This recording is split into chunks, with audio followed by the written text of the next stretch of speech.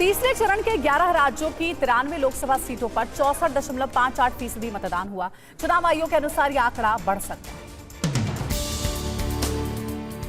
तीसरे चरण में प्रधानमंत्री नरेंद्र मोदी ने भी मतदान किया। गांधीनगर लोकसभा क्षेत्र के एक मतदान केंद्र पर पीएम ने अपना वोट डाला। चुनाव आयोग के मुताबिक असम में सबसे अधिक 81.71% मतदान हुआ। पश्चिम बंगाल में 76.52 और गोवा में 75.20% वोटिंग हुई। सबसे कम मतदान यूपी में हुआ। यूपी में वोटिंग प्रतिशत 57.34, बिहार में 58.18, गुजरात में 59.51 जबकि महाराष्ट्र में 61.44% मतदान हुआ। तीसरे चरण के साथ अब तक 583 में से 282 लोकसभा सीटों पर मतदान पूरा हो चुका है। कांग्रेस अध्यक्ष के इंडिया गठबंधन के सहयोगियों को पत्र लिखने के बाद कांग्रेस पार्टी की तरफ से एक बयान जारी किया गया। बयान में उम्मीद जताई गई है कि आयोग इस बार अंतिम आंकड़े समय पर जारी करेगा। मल्लिकार्जुन खड़गे ने इंडिया गठबंधन के अपने साथी दलों को एक चिट्ठी लिखी। चिट्ठी में अंतिम मतदान प्रतिशत के आंकड़े जारी करने में देरी और विसंगतियों का आरोप लगाया है। तीसरे चरण का मतदान खत्म होने के बाद कांग्रेस प्रवक्ता जयराम रमेश ने एक्स पर लिखा, उम्मीद है कि भारत का चुनाव आयोग बिना किसी देरी के तीसरे चरण के अंतिम मतदान प्रतिशत का आंकड़ा जारी करेगा। पहले चरण में 11 दिन और दूसरे में 4 दिन की तरह इस बार देरी नहीं होगी। हमें उम्मीद है कि वोटों की संख्या और पंजीकृत मतदाताओं की अलग अलग संख्या के साथ आंकड़े जारी होंगे। महाराष्ट्र के बीड में पीएम मोदी ने लोकसभा चुनाव में जीत का दावा किया। उन्होंने कहा कि तीसरे चरण में इंडिया गठबंधन की रही सही उम्मीदें भी खत्म हो गई। पहले चरण में इंडिया गाड़ी पस्त हुआ,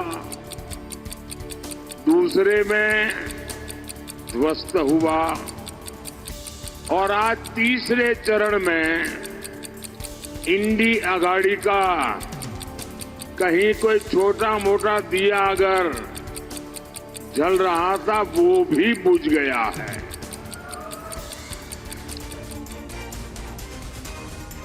उधर कांग्रेस ने भी तीसरे चरण के मतदान के बाद जीत का दावा किया है। जयराम रमेश ने ट्वीट करके कहा है कि बीजेपी दक्षिण में साफ और उत्तर में हाफ होने जा रही है।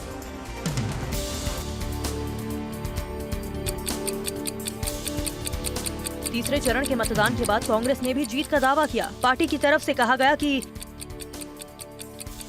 ये बिल्कुल स्पष्ट है कि भाजपा दक्षिण में साफ, उत्तर में हाफ होने जा रही है। प्रधानमंत्री के चेहरे पर घबराहट साफ दिख रही है। वे अपने भाषाओं में और भी ज्यादा हताश और निराश नजर आने लगे हैं। वे झूठ की महामारी फैला रहे हैं और अपने चुनावी अभियान के लिए केवल तथ्यों को तोड़ मरोड़ कर पेश करने पर, ध्यान भटकाने पर और बदनाम करने पर भरोसा कर रहे हैं। राहुल गांधी ने झारखंड के गुमला में एक जनसभा को संबोधित किया। इस दौरान उन्होंने बीजेपी पर जमकर हमला बोला। नरेंद्र मोदी जी चाहते हैं कि ये जो किताब है ये खत्म हो जाए और उनका बिना इस किताब के राज चले। हम ये कभी नहीं होने देंगे। इस किताब को हम कभी नहीं खत्म होने देंगे। इस किताब के लिए हम जान देने को तैयार हैं। सारे के सारे आदिवासी में चंपा सोरेन जी, हेमंत सोरेन जी, कल्पना सोरेन जी, सारे के सारे इस किताब की रक्षा के लिए जान देने को तैयार है। इधर चुनाव आयोग ने सोशल मीडिया साइट एक्स से बीजेपी कर्नाटक का एक पोस्ट हटाने का निर्देश दिया है। क्या है पूरा मामला, देखिए। कर्नाटक की बीजेपी इकाई ने बीती 4 मई को सोशल मीडिया पर एक एनिमेटेड वीडियो पोस्ट किया था, जिसमें कांग्रेस नेता राहुल गांधी और कर्नाटक के मुख्यमंत्री सिद्धारमैया दिख रहे हैं। हालांकि इस मामले पर कांग्रेस पार्टी ने 5 मई को चुनाव आयोग में शिकायत दर्ज कराई थी और बीजेपी पर नफरत फैलाने का आरोप लगाया। शिकायत के बाद भी बीजेपी कर्नाटक ने पोस्ट नहीं हटाई। इसके बाद चुनाव आयोग ने अब सोशल साइट एक्स को उस पोस्ट को हटाने का निर्देश दिया। इस मामले में चुनाव आयोग की तरफ से पहले ही FIR दर्ज कराई जा चुकी है। रामगोपाल यादव की राम मंदिर पर की गई टिप्पणी से सियासत गर्मा गई है। सीएम योगी के पलटवार के बाद अब रामगोपाल यादव ने सीएम योगी से खुद को बड़ा राम भक्त बताया। जो योगी जी ये कह रहे हैं कि साहब ये तो हिंदू विरोधी, राम विरोधी और राम भक्त और राम विरोधियों के बीच चुनाव है, तो ये उचित नहीं है, क्योंकि उनकी जितनी उम्र है उससे मेरी उम्र ज़्यादा है और मैं पहले से राम भक्त हूँ। जो अपने को ठेकेदार समझते हैं राम भक्त का, उनसे ज़्यादा हम लोग तो बचपन से जब मिलते थे तो राम राम पर एक दूसरे से मिलते तो राम राम कहते हैं, ये तो नमस्ते करते रहे। इन्हें तो राम का नाम केवल पॉलिटिक्स के लिए लिया। वहीं रामगोपाल यादव के बयान पर बीजेपी सांसद स्मृति ईरानी ने जवाब दिया है।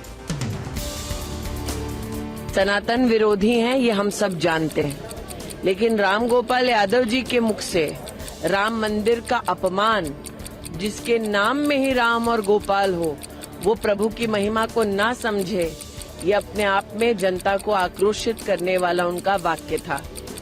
आज मैं एक राम भक्त के नाते निश्चित रूप से उनसे कहना चाहती हूँ कि इसी चुनाव में परिणाम उनको मिल जाएगा, जब राष्ट्रभक्त और राम भक्त उनकी सनातन विरोधी अलायंस को हराएगा।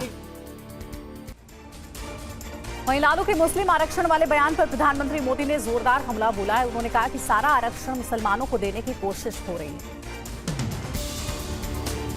उन्होंने कहा मुसलमानों को आरक्षण मिलना चाहिए, और सिर्फ आरक्षण नहीं मिलना चाहिए, वो कहते हैं कि पूरा का पूरा आरक्षण मुसलमानों को मिलना चाहिए। यानी एससी, एसटी, ओबीसी समाज को जितना आरक्षण मिला है वो छीनकर ये लोग पूरा का पूरा आरक्षण मुसलमानों को देना चाहते हैं।